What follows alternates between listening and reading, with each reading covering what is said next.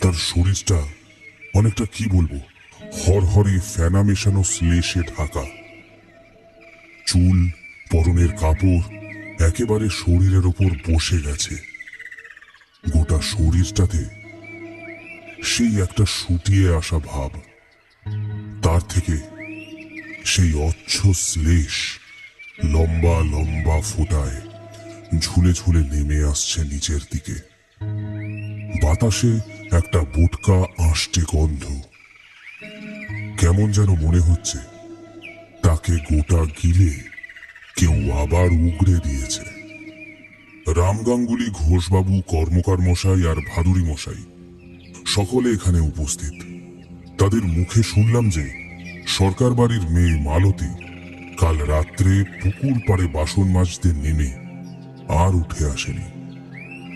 সবাই ধরে নিয়েছিল পুকুরেই তলিয়ে গেছে। ভোরে পুকুর খুঁজতে গিয়ে একজনের নজরে পড়ে এই দৃশ্য। ভারী অস্থির লাগছে।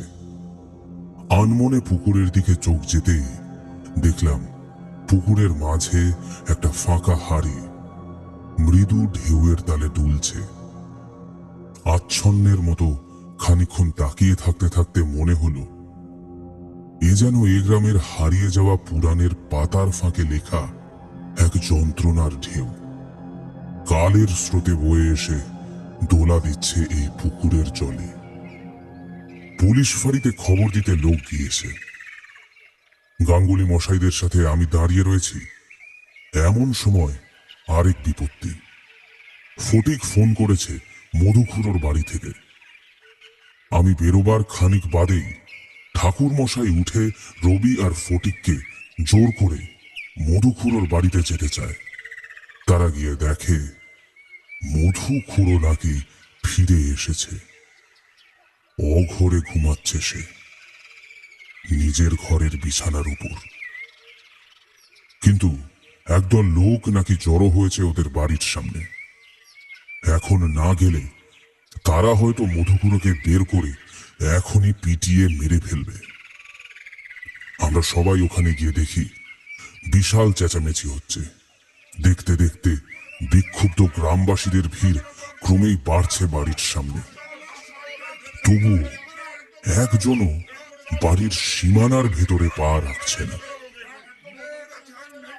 আরে আরে তোমরা শান্ত হয়ে দাঁড়াও। আমরা ঢুকতেই ঠাকুর মশাই আমাদের দিকে অসহায়ের মতো তাকালেন। উনি ঠিক করে হাঁটতে পারছেন না। মধুখুড়োর ঘরের ঠিক বাইরের বারান্দার উপর বসে আছেন। উঠোনের মাঝে পরিবারের সকলের সাথে রবি আর ফটিক দিশেহারার মতো দাঁড়িয়ে রয়েছে। আমরা সবাই মিলে গ্রামের লোকেদের অনেক করে বোঝানোর চেষ্টা করলাম, কিন্তু কোনো লাভই হলো না। এরা ভয় পেয়েছে। এদের বোঝানো সহজ নয়। মানুষ একজোট হলে তাদের সাথে পেরে ওঠা খুবই কঠিন। তার উপর তাদের যদি আবার দেয়ালে পিঠ ঠেকে যায়। শেষমেশ রেগে গিয়ে কর্মকার মশাই চিৎকার করে উঠলেন, এইবার সব কটাকে জেলে ঢোকাবো বলে দিচ্ছি। এই একদম বেশি বাড়াবাড়ি করবে না। মাথায় কি খুন চেপেছে নাকি? কেন, আমরা কি খুন করেছি নাকি? খুন তো করেছে মধুকুড়ো। কে বলেছে মধু খুন করেছে? কে বলেছে? আমরা কি কিছু বুঝি না নাকি? হ্যাঁ, কাল সকাল থেকে দেখছি কি হচ্ছে এই বাড়িতে। তারপর বিকেলে ঠাকুর মশাই বললেন যে রাত্রে সাবধানে থাকতে। ওই মধু তো তখনই পালিয়ে গেছিল না বাড়ি থেকে। রাতে পিশাচ হয়ে ফিরে এসেছে। এই করে সরকারদের মেয়েটা মরলো। আমরা কি দৌড়েটে এখন বসে থাকবো নাকি? আজকে রাত্রে আবার মারবো। ওকে পিটায় মেরে ফেলবো, ওর বাড়িতে আগুন লাগিয়ে দেবো। আর যদি আবার কেউ মরে, কেউ মরবে না আজ। কথাটা এলো আমাদের পেছন থেকে। ঠাকুর মশাই এগিয়ে এসেছেন। তার মুখ একেবারে পাথরের মতো কঠিন। তীক্ষ্ণ চোখে তাকিয়ে আছেন তিনি সকলের দিকে। মরলে কেবল আমি মরব। আমাকে আজকে রাতটা দে। আমি কথা দিচ্ছি, আজ এই তালদিঘিতে যদি কেউ মরে, তা আমি মরব। তোরা খালি বাড়ি থেকে বেরোবি না। সবাই চুপ। এমন জোর দিয়ে কাট কাট কথা বললেন ঠাকুর মশাই, যে কেউ আর কিচ্ছু বলতে পারল না। এই লোকটাকে এরা ভয় পায় না, এরা মানে, ভালোবাসে। কিন্তু এখন যে ভয় পেয়েছে তা স্পষ্ট। এই এই ওটাকে বলেই গাঙ্গুলি মশাই ধা করে ভিড়ের মধ্যে ঢুকে গেল। আমরা চমকে উঠলাম, কি ব্যাপার? কিন্তু পরক্ষণেই সে আবার ফিরে এলো, বলল, ঠাকুর মশাই, ওই ভিখিরি, আপনারা দেখেননি? কাল আপনি যেমন বলছিলেন রোগাতে ময়লা জব্বা পড়া, একেবারে ভিড়ের মধ্যে পিছনে দাঁড়িয়ে কেমন মিটিমিটি হাসছিল। সে কি কোথায় গেল? জানি না, মিলিয়ে গেল। আর কত দূরই বা যাবে? গিয়ে দেখবো নাকি? যাও যাও, ওটাকে ধরা চাই। ধরতে পারলে আমি এবার দেব ধরে। কিন্তু পাওয়া গেল না। আমরা সবাই মিলে এদিক ওদিক অনেকটা করে দেখলাম, কিন্তু কাউকেই পেলাম না। অগত্যা ফিরে এলাম, ততক্ষণে ভিড়টা অনেকটাই ভেঙে গেছে। ওটাকে ধরতে পারলে না, সব উত্তর মিলে যেত আজকে। ওই লোকটাই এসবের পেছনে আছে। দেখতে দেখতে ভিড় একেবারেই হালকা হয়ে এলো। আমরা এই বাড়ির লোকজনদের সাথে কথাবার্তা বলছি। ওদের অবস্থা একেবারে শোচনীয়। নাওয়া খাওয়া একেবারে বন্ধ হয়ে গেছে। ঠাকুর মশাই শশীকে বললেন, আজ রাতের জন্য তোমাদের এই বাড়ি ছেড়ে চলে যেতে হবে। মধু যে ঘরে ঘুমোচ্ছে সে ঘরটা তো বাঁধবই, গোটা বাড়িটাকে গন্ডি দেব। কাল ওই গজালটা যে কে তুলে দিল কে জানে। আর কোনো ভিটেতে সে ঢুকতে পারছে না। এই ভিটেতেই ওর যাতায়াত কেবল। এখানেই এখানেই কিছু একটা আছে, এখানেই কিছু আছে। কিন্তু সরকারদের বাড়ির মেয়েটা? আরে এই পৃথিবীতে সব কিছু নিজের নামে লিখিয়ে নিলেই সেটা নিজের হয়ে যায় না।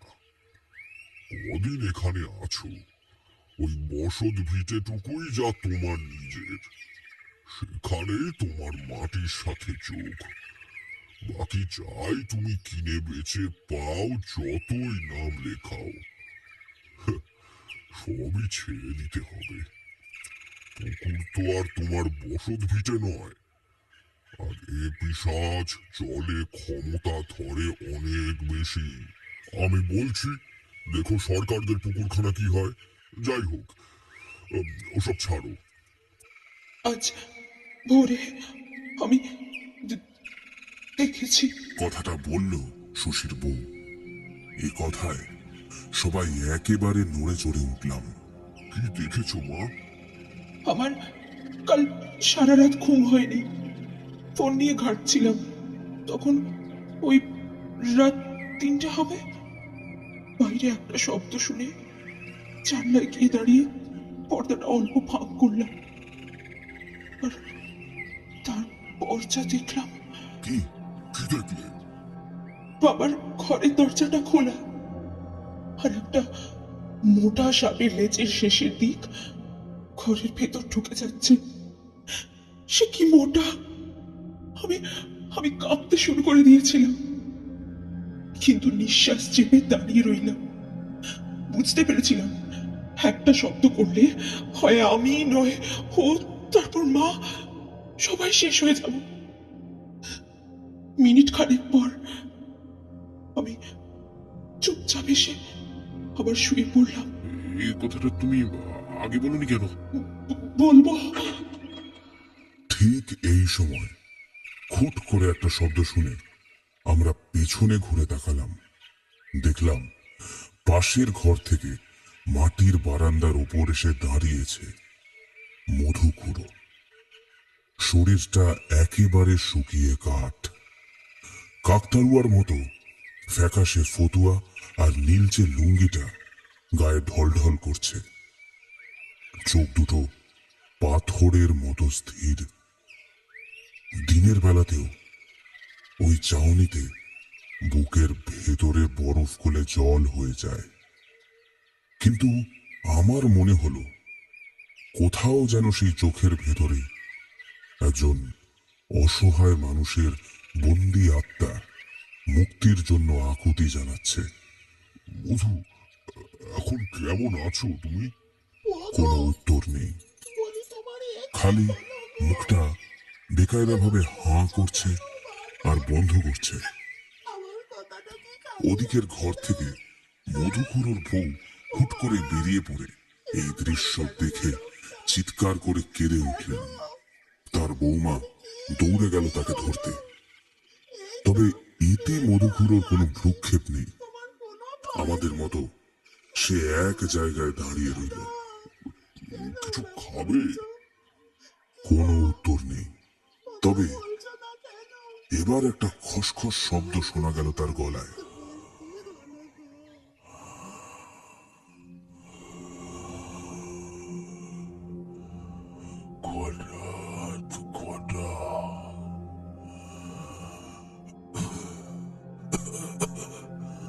বিপদ যখন হঠাৎ হঠাৎ বিষম বিষের ঘা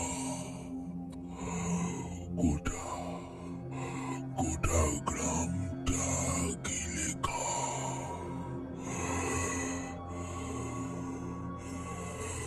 গোটা গ্রামটা গিলে আমার হাতটা কে যেন খপ করে ধরেছে। দেখি রবি, বেচারা কাঁপছে, চোখে জল। আমিও শক্ত করে ওকে ধরলাম। এখনো এক দৃষ্টিতে মধুখুরো আমাদের দিকেই তাকিয়ে, মুখে সাপের মতো একটা কান চেরা হাসি। 1 মিনিট, 2 মিনিট, তারপর হট করে পেছন দিকে ঘুরে আস্তে আস্তে নিজের ঘরে ঢুকে খিল তুলে দিল সে। দম চাপা পরিস্থিতিটা কাটাবার জন্য কর্মকার মশাই শশীকে জিজ্ঞেস করলেন, ইয়ে, তোমরা কোথায় যাবে শশী? কোথায় আর যাবো? সদরহাটে শ্বশুর বাড়ি, ওখানেই ভাবছি মা আমার বউকে রেখে আসবো। রেখে আসতে হবে না, ওইখানেই থাকো আজ রাতটা। বৌমার মুখে শুনলে তো কাল একটুর জন্য কি বিপদ থেকে বেঁচে গেছো তোমরা। কিন্তু কোনো কিন্তু নয় শশী, কনক ঠিকই বলেছে। আমরা দেখছি মধুর শরীরটা এখন মেহবাকের কবলে, সব কলকাঠি সেই নাড়ছে। ঘণ্টাখানেক বাদে শশী মা বউকে নিয়ে বেরিয়ে গেল। আমরা ওদের বারান্দাতেই বসে রইলাম। খুড়োর ঘরের দরজাটা বাইরে থেকে দিয়ে দেওয়া হয়েছে। আজকে ঠাকুর মশাই আর কোনো ঝুঁকি নেবেন না। রবি গেছে আমাদের বাড়ি ঠাকুর মশাইয়ের কয়েকটা জিনিস আর একটা তালা আনতে, আর ফটিক গিয়েছে বাজারে একটু জল খাবারের ব্যবস্থা করতে সবার জন্য। ওরা দুজনেই যখন ফিরে এলো তখন বেলা প্রায় 12টা, তবে তা ঘড়ি না দেখলে বোঝা যায় না। আজও আকাশের মুখ ভার। আমরা নাকে মুখে দুটো ডালপুরি আর জিলিপি গুজে টিফিনটা সেরে নিলাম। ঠাকুর মশাই এবারে তার কাজ শুরু করলেন। তিনি প্রথমে আমাদেরকে বললেন 1 বোতল জল ঘরের ভেতর দিয়ে দিতে। সে কাজ অনেক কষ্টে আমিই করলাম। জানলার ধারে গিয়ে আস্তে করে বোতলটা ভেতরে ঢোকাতে মনে হচ্ছিল যেন এই ওই দিক থেকে কেউ না হাতটা টেনে ধরে। যাই হোক, এরপর ঠাকুর মশাই গঙ্গা জল ওই দরজার সামনেটাতে ভালো করে ছিটিয়ে নিয়ে বাড়ি থেকে আনা সেই তালাটা দরজার কড়ায় ঝুলিয়ে দিলেন। তারপর বিড়বিড় করে কি একটা মন্ত্র পড়ে গোটা তালা সমেত কড়া দুটোকে লাল কাপড় দিয়ে বেঁধে দিলেন। এরপরে আমার কাঁধে ভর দিয়ে বাকিদের নিয়ে গোটা বাড়িটাকে প্রদক্ষিণ করতে করতে গৃহবন্ধন করে দিলেন। ভাদুরী মশাই বললেন, বলছি ঠাকুর মশাই, মধুর কিছু হবে না তো? একটা গামছা দিয়ে কপালের ঘাম মুছতে মুছতে ঠাকুর মশাই বললেন, মধুর শরীরে আপাতত মধু থাকলেও সে একটা বাধ্য মাধ্যম মাত্র, মেহবাকের প্রতিহিংসা চরিতার্থ করার মাধ্যম। শোনো, আজ এই বাড়ির ওপর আমাদের পুরো নজর রাখতে হবে। ওকে যেভাবে আটকেছি, বেরোনোর তো কথা নয়। ঘরটাও বন্ধন করা, আর বাড়িটাকেও বাধা আছে। এখন তো সেই পিশাচি আর কিচ্ছু করবে না। ওর যা ক্ষমতা অন্ধকারেই। রাত নামলেই নিজের স্বরূপ ধারণ করবে, আর তখনই ওর খিদে বাড়বে। তখন বেরোতে না পেরে ও ছটফট করবে, আর আমি তখন নিজে হাতে ওই তালাটা খুলব। মানে আপনি কি বলছেন? আমি যখন বাড়ির উঠোনে দাঁড়াবো ওই তালা খুলে দিয়ে, তখন ও ঘর থেকে বেরিয়ে আসবে, কিন্তু ওই ভিটের ত্রিসীমানার বাইরে বেরোতে পারবে না। কিন্তু ও তো আপনাকে মানে দেখবো কত ধানে কত চাল। চলো এখন বাড়ি যাই, ওপরে থাক।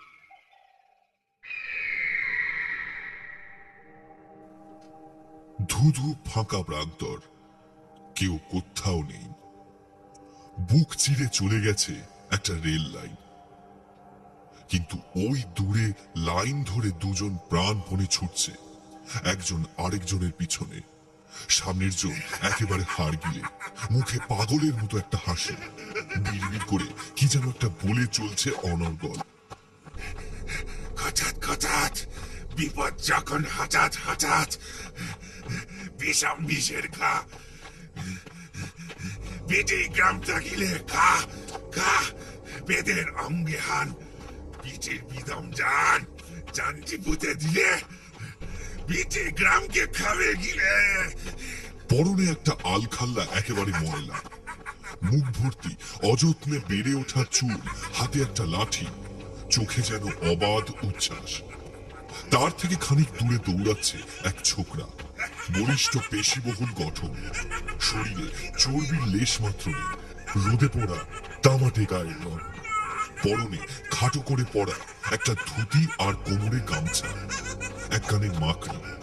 তাদের মধ্যে ব্যবধান ক্রমেই কমে আসছে, আর সামনের লোকটার মুখ থেকে সেই উল্লাসের হাসিটাও মিলিয়ে যাচ্ছে। না না, ধরতে দিলে চলবে না, এত প্রজন্মের প্রতিহিংসা।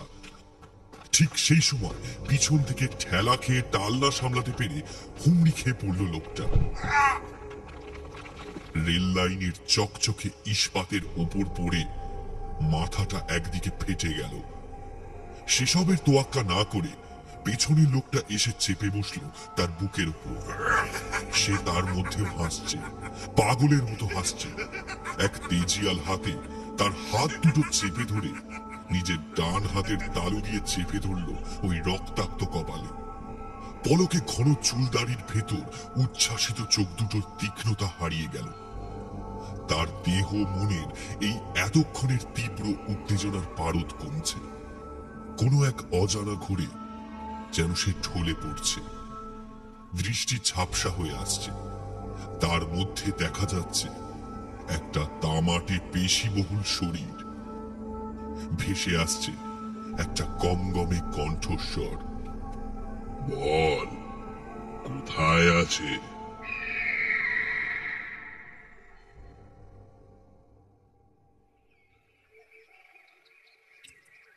ধীরে ধীরে দিনের আলো ফুরিয়ে আসছে। মনটা অত্যন্ত বিক্ষিপ্ত হয়ে আছে সেই তখন থেকেই। ওদিকে শুনেছি মেজবাবু এসে সরকার বাড়ির মেয়েটার দেহ উদ্ধার করে নিয়ে গেছে ময়না তদন্ত করতে। আমরা কেউ আজকে আর বাড়ি যাইনি, সবাই বসে আছি আমার ঘরেই। যে বা যা একটা গোটা মানুষের শরীরকে অতটা উপরে একটা গাছের ডালে তুলে দিতে পারে, তার সাথে ঠাকুর মশাই এই শরীর নিয়ে কি করে পেরে উঠবে? এ যে একেবারে অসম্ভব। ফটিক আর রবি বারবার করে গিয়ে মধুখুড়োর বাড়ি থেকে দেখে আসছে, না, আজ দরজা বন্ধই রয়েছে। প্রয়োজন ছাড়া কেউ একটাও বাড়তি কথা বলছে না, বলতে পারছে না। মাঝে একবার শশীর খবর নেয়ার জন্য ফোন করা হয়েছিল, কিন্তু তার ফোন লাগেনি। সে নিয়ে বিশেষ চিন্তা নেই, তারা চাঁদের ঘাট চলে গিয়েছে। ওরা এখন বিপদের বাইরে। ঠাকুর মশাই বলে দিয়েছেন আমরা সে বাড়ির সীমানা টপকে ঢুকতে পারবো না, কারণ একবার ওই ঘরের দরজা খুলে দিলে সেই পিশাচি বেরিয়ে আসবে বাড়ির উঠোনে। কিন্তু ভিটের ত্রিসীমানার বাইরে সে কিছুতেই বের হতে পারবে না। ঠাকুর মশাইয়ের কথায় আমাদের সেই বিদ্যে নেই, নেই সেই ক্ষমতা। উল্টে আমাদেরকে রক্ষা করতে গিয়ে ওনার আরো ক্ষতি হয়ে যেতে পারে। হ্যাঁ, সবই বুঝতে পারছি, কিন্তু মনের ভিতর দুশ্চিন্তার ভারটা খণ্ডন করতে পারছি না। বারবার ঠাকুর মশাইয়ের ওই কথাটা মনে পড়ে যাচ্ছে। আজ এই গ্রামে কেউ মরলে মরবো আমি। সেই তারপর থেকেই দেখছি ওনার মধ্যে একটা ক্রমশ পরিবর্তন ঘটছে। দিনের আলো যত ফুরিয়ে আসছে ততই আমাদের অসহায় ভাবটা বাড়ছে, কিন্তু ঠাকুর মশাই যেন ততটাই শক্ত হয়ে উঠছেন। কোনো এক আদিম মন্ত্র শক্তির বলে তিনি যেন হয়ে উঠছেন এক অন্য পুরুষ। ঘন কালো মেঘ জমেছে ঈশানকোণে, তাদের আড়ালে দিনের শেষ আভাটুকু ছড়াতে চাইছে নিস্তেজ সূর্যটা। পশ্চিম দিগন্ত থেকে একটা ঠান্ডা হাওয়া ভেসে যাচ্ছে গোটা গ্রামের উপর দিয়ে। আমরা 8 জন যখন বেরোব, ঠিক তার আগে বৃষ্টি নামল। একবার জানালার বাইরে তাকিয়ে ঠাকুর মশাইয়ের মুখটা যেন আরো গম্ভীর হয়ে গেল।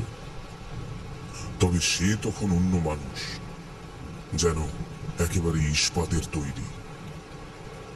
আমার ঘরে 2টো ছাতা ছিল, আর ঠাকুর মশাইয়ের ঘরে 2টো। 2টো সাইকেল করে রবি আর গাঙ্গুলি মশাই চটপট গিয়ে আরো 4টে ছাতা জোগাড় করে আনলেন। দেখলাম তার সাথে গাঙ্গুলি মশাই আবার 8 সেলের একটা বড় টর্চ জোগাড় করে এনেছে। আমরা যখন বের হলাম তখন জোরে না পড়লেও খারাপ বৃষ্টি হচ্ছে না। ঠাকুর মশাই একটা লাঠিতে ভর দিয়ে আস্তে আস্তে হাঁটছেন। আমার কাঁধে তার সেই লাল কাপড়ের ঝোলাটা। আমিও একটা টর্চ নিয়েছি, যদিও সেগুলো এখনো কোনো কাজে লাগছে না। রাস্তায় বেশি লোকজন নেই। যে 1-2জনকে দেখলাম তারাও তাড়াহুড়ো করে বোধহয় যে যার বাড়ি ফিরছে।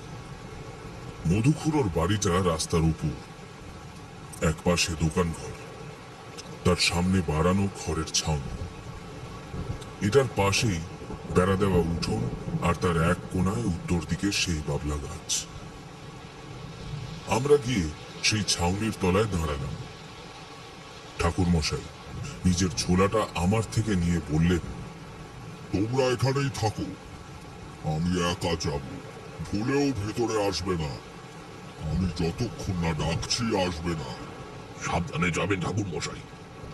আর মনে রেখো, সকালে বলেছিলাম যে এর ক্ষমতা জলে বেশি।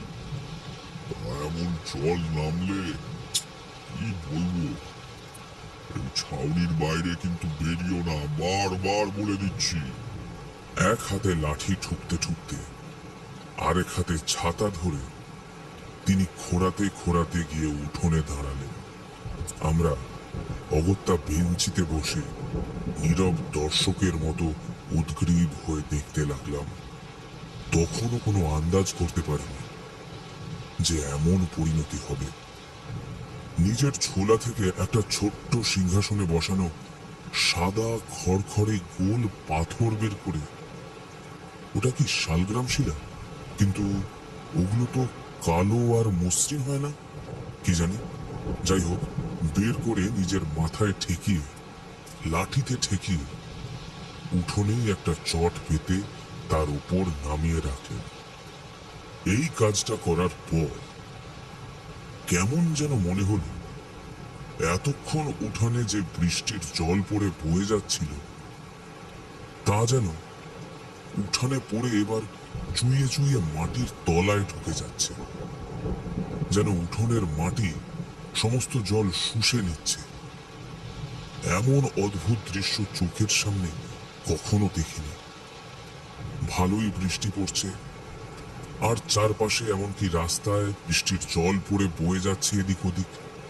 কিন্তু উঠোনে সে জলের ফোঁটা যেন পড়েই উধাও হয়ে যাচ্ছে। যেমন অনেকটা শুকনো বালিতে কয়েক ফোঁটা জল পড়লে হয়। ঠাকুর মশাই এবার এগিয়ে গেলেন, বারান্দায় উঠে আবার কি একটা মন্ত্র বিড়বিড় করতে করতে তালায় জড়ানো কাপড়টা খুললেন, তারপর তালাটা খুললেন। আমরা সবাই একেবারে নড়ে চড়ে বসলাম, মনে মনে ভয়, এক্ষুনি কি যেন একটা বেরিয়ে আসবে ওই দরজা খুলে। দরজার পাল্লায় আলতো করে ঠেলা দিয়ে তিনি পিছিয়ে এলেন দুপা। আস্তে আস্তে দরজাটা খুলল। ভেতরে অনাবৃত অন্ধকার, সময় যেন কাটছে না আর। ঠাকুর মশাইও বোধহয় একটু অধৈর্য হয়ে উঠলেন। বাড়ির দিকে এক পা বাড়াতেই এদিক থেকে আমরা সবাই চেঁচিয়ে উঠলাম, ঠাকুর মশাই ভিড়ে আছেন, ভিড়ে আছেন ঠাকুর মশাই। করছেনটা কি? কিন্তু ওনার তখন এদিকে কোনো ভ্রুক্ষেপ নেই। এমন তো হওয়ার কথা ছিল না, সেই পিশাচ তো নিজে থেকেই বেরিয়ে আসার কথা। ঠাকুর মশাই এক পা করে ঘরের অন্ধকারে মিলিয়ে গেলেন।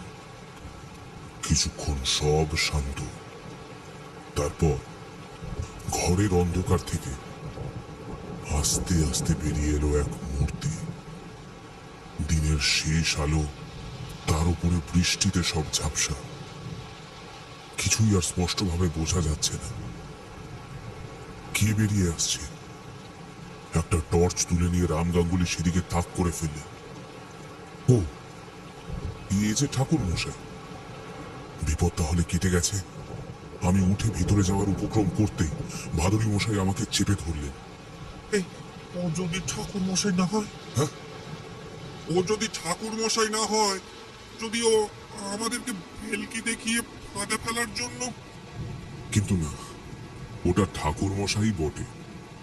বারান্দা থেকে নেমে উঠোন থেকে ওই পাথর সিংহাসন চট তুলে নিয়ে ছাউনিতে এসে ঢুকলেন। আমরা তাকে ঘিরে ধরলাম। ব্যাপার কি? কোথায় মধুপুরোর পিশাচ? এইবারে ওনার মুখটা ভালো করে লক্ষ্য করলাম। ওনার মুখ থেকে যেন সমস্ত রক্ত উবে গেছে। উনি একটু বসে আগে জিরিয়ে নিলেন, তারপর আমাদের কৌতূহল নিবৃত্তি করলেন। ভেতরে কেউ নেই, কিচ্ছু নেই, ও পিশাচ আবার বেরিয়ে পড়েছে। চারিদিকে তখন শ্মশানের মতো নিস্তব্ধতার চাদর বিছিয়ে নেমে আসছে এক কাল রাত্রি। আমাদের টর্চগুলো জ্বলছে, কিন্তু এই অন্ধকার কি টর্চের আলো ভেদ করতে পারে? এই পথে পথে ঝোপঝাড়ের আড়ালে অন্ধকারে কি ঘুরে বেড়াচ্ছে সেই সর্বগ্রাসী পিশাচি? ওদিকে খুড়োদের বাড়ির উঠোন আবার বৃষ্টির জলে ভেসে যাচ্ছে।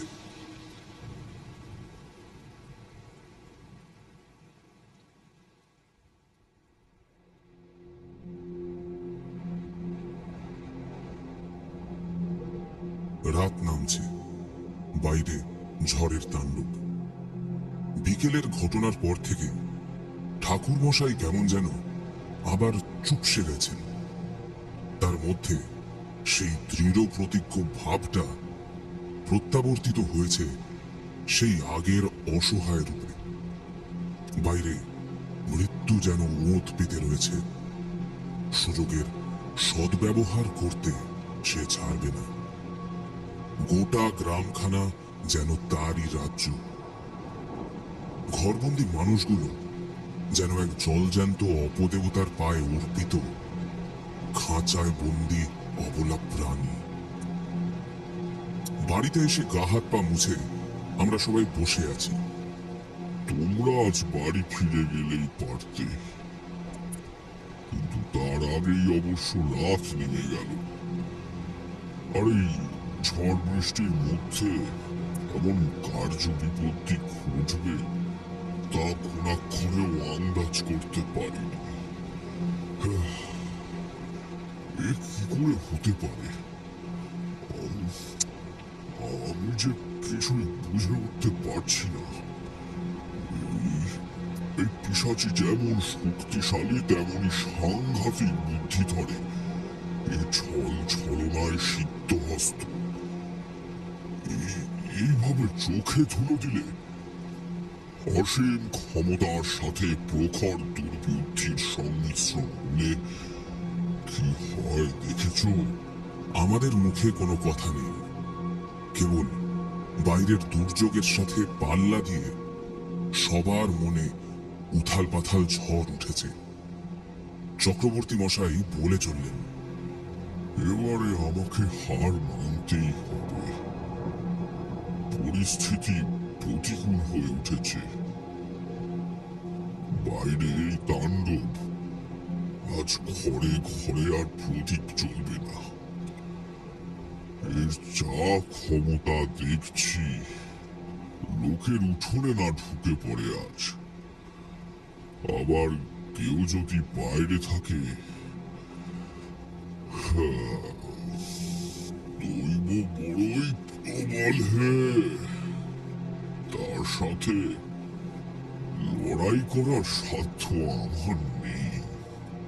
বেশ বুঝতে পারছি সমস্যার জালে জড়িয়ে পেঁচিয়ে ঠাকুর মশাইয়ের স্নায়ু দুর্বল হয়ে পড়ছে। তিনি অনর্গল নিজে নিজে কথা বলে যাচ্ছেন। তাও তো লোকের ঘরে বাতি জ্বলছে, এই যা। নইলে আর দেখতে হতো না। আমি আমি কি বেরিয়ে গিয়ে তাকে আহ্বান জানাবো? আমাকে শেষ করে এই তাল দিঘিকে মুক্ত করে দিতে বলবো? আপনি চুপ করে বসেন ঠাকুর মশাই, যা হবার তা তো হয়ে গিয়েছে। এসব উল্টোপাল্টা ভেবে এখন আর কোনো লাভ নেই। আমার ছোট বাড়িটা শিকেলে ধাঁচের নয়, এখনকার অতি সাধারণ বাড়ির মতো। যে ঘরে আমরা বসে আছি তার সামনেই গ্রিল দেওয়া বারান্দা। ওখানে দাঁড়িয়ে চরণ ঘোষ বারবার গ্রামের এ প্রান্ত থেকে ও প্রান্ত ফোন করে সতর্ক করে দিচ্ছেন। এমন সংকটকালে দুর্ভাবনা জিনিসটা সংক্রামক। ঠাকুর মশাইয়ের কথাবার্তায় সেইটাই যেন চুইয়ে চুইয়ে আমাদের শরীরে প্রবেশ করছিল। আর কিছুক্ষণ থেকে কেমন যেন একটা ঝিম ধরে যাচ্ছিল শরীরে। শুধু আমার নয়, সবার। চোখের পাতা ভারী হয়ে আসছে, শরীরটা এলিয়ে পড়তে চাইছে, যেন ঘর শুদ্ধ সকলকে কেউ মেলাটোনিনের বড়ি খাইয়ে দিয়েছে। ভাদুরী মশাই তো মাথায় হাত দিয়ে বসে বসে ঢুলছেন। আমি গা ঝাড়া দিয়ে উঠে বললাম, যাক, তো ঘরের ভেতরে থাকলে চিন্তা নেই, কারেন্টটা তো আছে। কথাটা মুখে এনেছি কি আনিনি, অমনি সব লাইট নিভে গেল। দু একটা ফোন করে খবর পেলাম গোটা গ্রামে কারেন্ট চলে গেছে।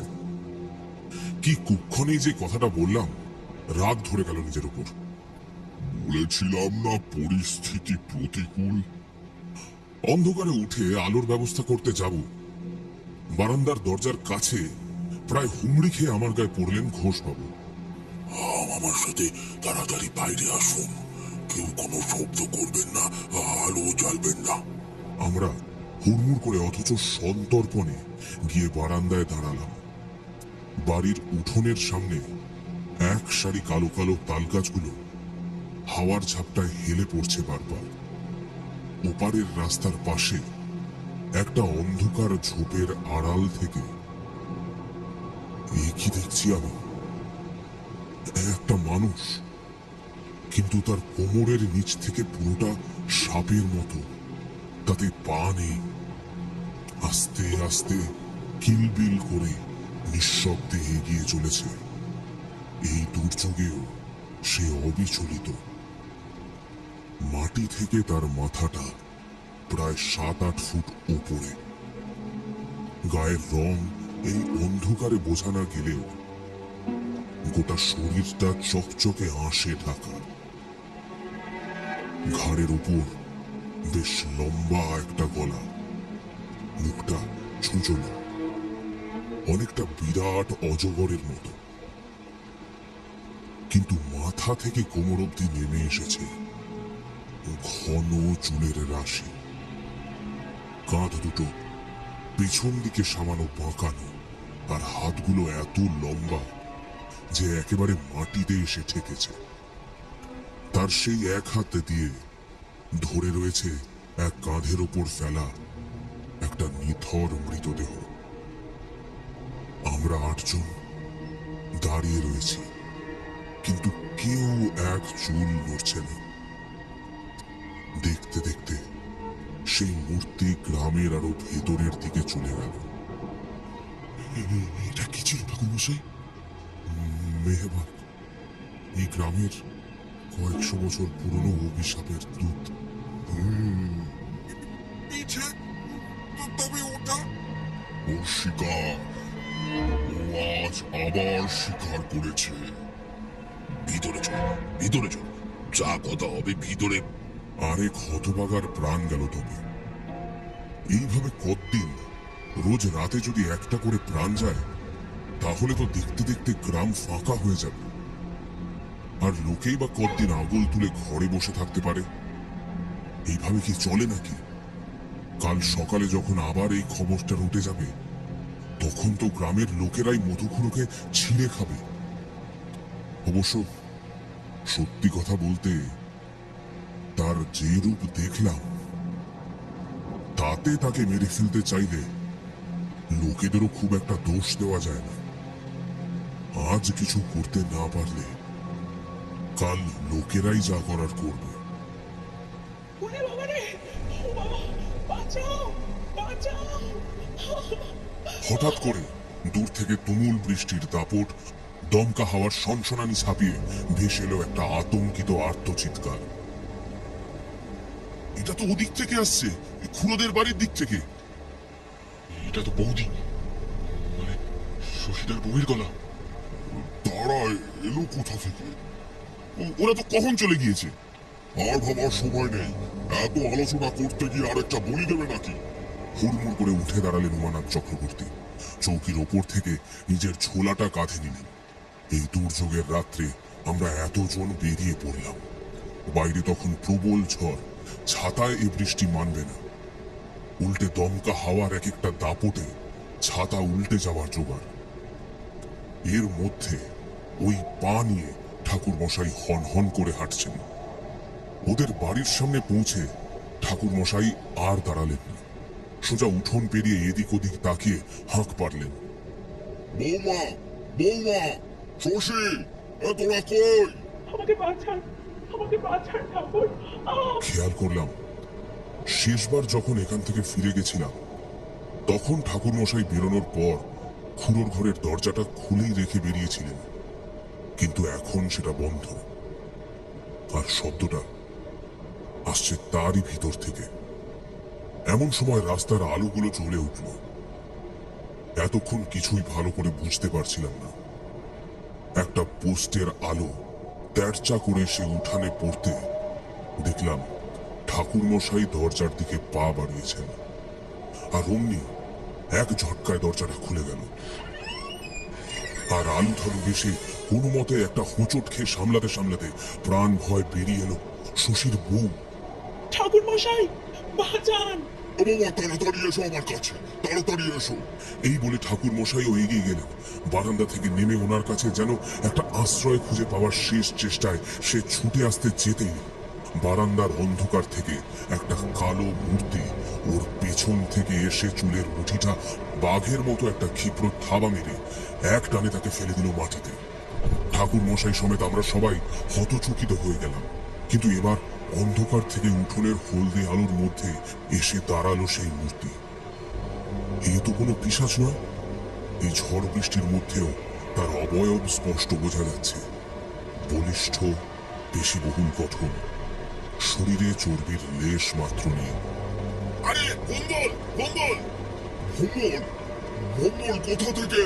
ওটা শশীর বউ, ওকে ছেড়ে দে। দাঁড়ান! তখনও হাতের মুঠোয় শশীর বউয়ের চুলের মুঠিটা ধরে রেখেছে ভম্বল। বেচারি মাটিতে পড়ে ছটফট করছে। চোখ দুটো ছিঁড়ে বেরিয়ে আসতে চাইছে, কিন্তু অমন ছটফট করছে কেন? যেন গায়ে জ্বালা ধরেছে। আর এক পাও এগোবেন না ঠাকুর। কি করছিস ভম্বল? ছেড়ে দে, ওকে ছেড়ে দে। আর এক পাও এগোবেন না। ঠাকুর মশাই, আমাকে বাঁচান। এই বেটি হারামজাদি খুব জ্বালাপোড়া করছে না? দেব দেব, এই দেখ ধরিয়ে দেব। ভম্বল আরেক হাত উঁচিয়ে দেখালো। হাতের মুঠোয় একটা ছোট্ট পুতুলি, কি সব যেন শেকড় বাকড় দিয়ে বাঁধা। সেদিকে আতঙ্কে বিস্ফারিত চোখে তাকিয়ে আছে শশীর বউ। কিন্তু কেন? ভম্বল আবার ওর চুলের মুঠি ধরে হিড় হিড় করে টেনে পেছনে বারান্দার কাছে নিয়ে গিয়ে চটপট হাত দশেক দূরে হতভম্ব ঠাকুর মশাইয়ের কাছে এসে দাঁড়ালো। শশীর বউ বারান্দার ঠিক নিচে মাটিতে পড়ে রইল। দুপা পিছিয়ে যান ঠাকুর, দুপা পিছিয়ে যান। এই যে দেখেন, এই পুতুলি খানাই নষ্টের গোড়া। এটাই তো খুঁজছিলেন। কিরে বেটি, খুব গায়ে জ্বালা ধরছে না? হারামজাদি কোথায়? আয় আয়, এবার এসে ধর দেখি ঠাকুরকে, ধর। ভম্বল ওই ছোট্ট পুতুলিটা তুলে ধরেছে ঠাকুর মশাইয়ের চোখের সামনে।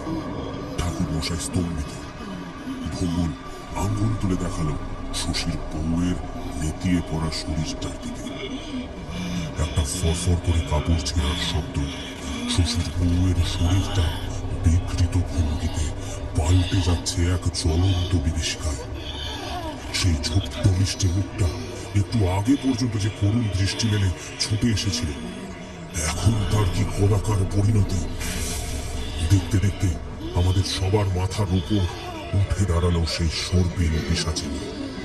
সেই যেমনটা আমার বাড়ির বারান্দা থেকে আজ রাতেই দেখেছিলাম। তবে তার পেটের কাছটা অদ্ভুত ভাবে ফোলা, তার গায়ের রং শ্যাওলাটে সবুজ, পেটের কাছটা ফ্যাকাশে। আলো পড়ে তার মণিহীন সাদা চোখ দুটো হিংস্রতায় জল করে উঠছে। কিরে, আয় এবার, আয়। বলেই ভম্বলের পুতুলিটা চেপে ধরলো, আর অমনি হিংস্র গর্জন করে উঠে বিদ্যুৎ বেগে ছোবল মারার মতো করে সুট করে এগিয়ে এলো ওই পিশাচিনী আমাদের দিকে। কিন্তু তার আগেই কিসে যেন একটা ছ্যাঁকা খেয়ে চিৎকার করে আবার ছিটকে পিছিয়ে চলে গেল। জানটা কোথায় থাকবে দেখি, একটা মোচড় দিলে। গ্রামখানা তো পড়েই আছে, কি খেয়েছিস গিলে? কি একটা অদ্ভুত ছড়া পড়ে ভম্বল এক চাপ দিল ওই পুতুলিটাকে, আর অমনি বিভৎস একটা কান চেরা হা করে দুবার মোচড় দিয়ে উঠল সে।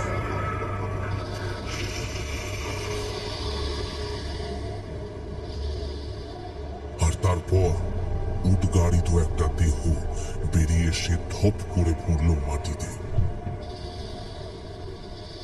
চোখ মুখ বোঝা, সারা শরীর হড়হড়ে অচ্ছ শ্লেষ আর লালায় ঢাকা। হাত পা সব শরীরের সাথে লেগে গেছে, চুলদারি মুখের সাথে সিটিয়ে আছে। অমনি সেই বোটকা আষ্টে গন্ধটা নাকে ধাক্কা মারল। মাটিতে তাকিয়ে দেখলাম এ যে আর কেউ নয়, মধু খুঁড়ো। চিনতে কারোরই অসুবিধে হল না। একদিনে ওই ফ্যাকাশে ফতুয়া আর নীলচে লুঙ্গিটা সকলে চিনে গেছে। আজ সকালেই তো দেখেছে তারা। ঠাকুর মশাই কেঁদে ফেললেন।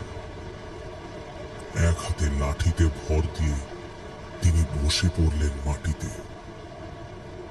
এত চেষ্টা, এত কিছু করেও শেষ রক্ষাটা হলো না। লোকটা তার কাছেই এসেছিল সমস্যায় পড়ে। ও বেটি একে ভর করেনি ঠাকুর, করেছে ওই মেয়েটাকে। উমানাথ চক্রবর্তী, তালদিঘি গ্রামের অভিভাবক, এই গ্রামের পালক, একটাও কথা বলতে পারলেন না। দিদির পড়ান মাছের পেটে এবার কোথায় যাবে? মরবি নাকি বিষ কেটে? এবার কাকে খাবি? অনেক খেলা দেখিয়েছিস হারামজাদি, এবার মর। এই বলেই ভম্বল পুটুলি সমেত হাতটা তুলে ধরে পুটুলিটাকে কচলাতে কচলাতে কি একটা বিকট মন্ত্র আওড়াল। অবাক কাণ্ড, কোনো এক অজানা মন্ত্র শক্তির বলে অল্প অল্প আগুনের শিখা ওর আঙ্গুলের ফাঁকে ফাঁকে ফুটে উঠল। তারপর দপ করে ওর হাতে পুটুলিটা আগুন ধরে গেল। কিন্তু ভম্বলের তাতে কোনো ভ্রুক্ষেপ নেই। ছিটকে পিছিয়ে গেল সেই পিশাচ মূর্তি, কাতরাতে কাতরাতে গিয়ে পড়ল বারান্দার উপর। আর ঠিক তখনই মেঘের মধ্যে থেকে পিছের মতো একটা বিদ্যুতের রেখা এসে পড়ল একেবারে টানা বারান্দার ঘরের চালার উপর। আর চুপচুপে ভেজা ঘরের চালাটা দাউ দাউ করে ফেটে পড়ল আগুনে।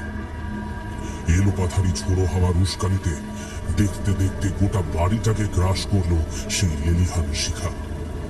বৃষ্টিটাকে উপেক্ষা করে আমরা সকলে, এমনকি ঠাকুর মশাই পর্যন্ত দুপা পিছিয়ে দিলাম।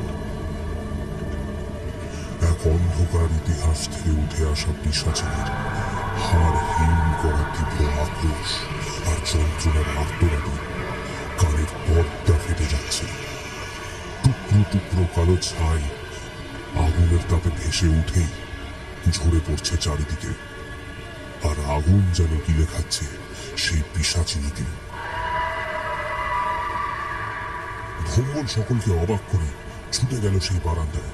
সকলে হৈ হৈ করে উঠলাম, কিন্তু পর মুহূর্তে শশীর বউকে কুলপাজা করে বেরিয়ে এলো ভম্বল। মেয়েটার কাপড়ে অল্প অল্প আগুন লাগলেও শরীরে তেমন কিছুই হয়নি। আর ভম্বল, তার কথা নয় নাই বা বললাম।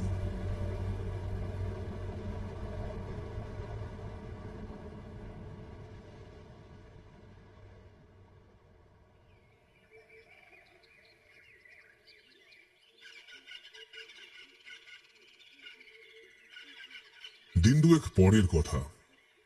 পাক খেয়ে ধুয়ো উঠে আকাশে মিলিয়ে যাচ্ছে। আজ একটাই চিতা জ্বলছে, কিন্তু গোটা গ্রামটা ভেঙে পড়েছে তালদিঘির শ্মশান ঘাটে। গেল 2-3 দিন ধরে থানা পুলিশ চলছে। ময়নাতদন্তের রিপোর্ট বলছে দুর্ঘটনা জনিত মৃত্যু, আচমকা শ্বাস প্রশ্বাস বন্ধ হয়ে বাতাসের অভাবে।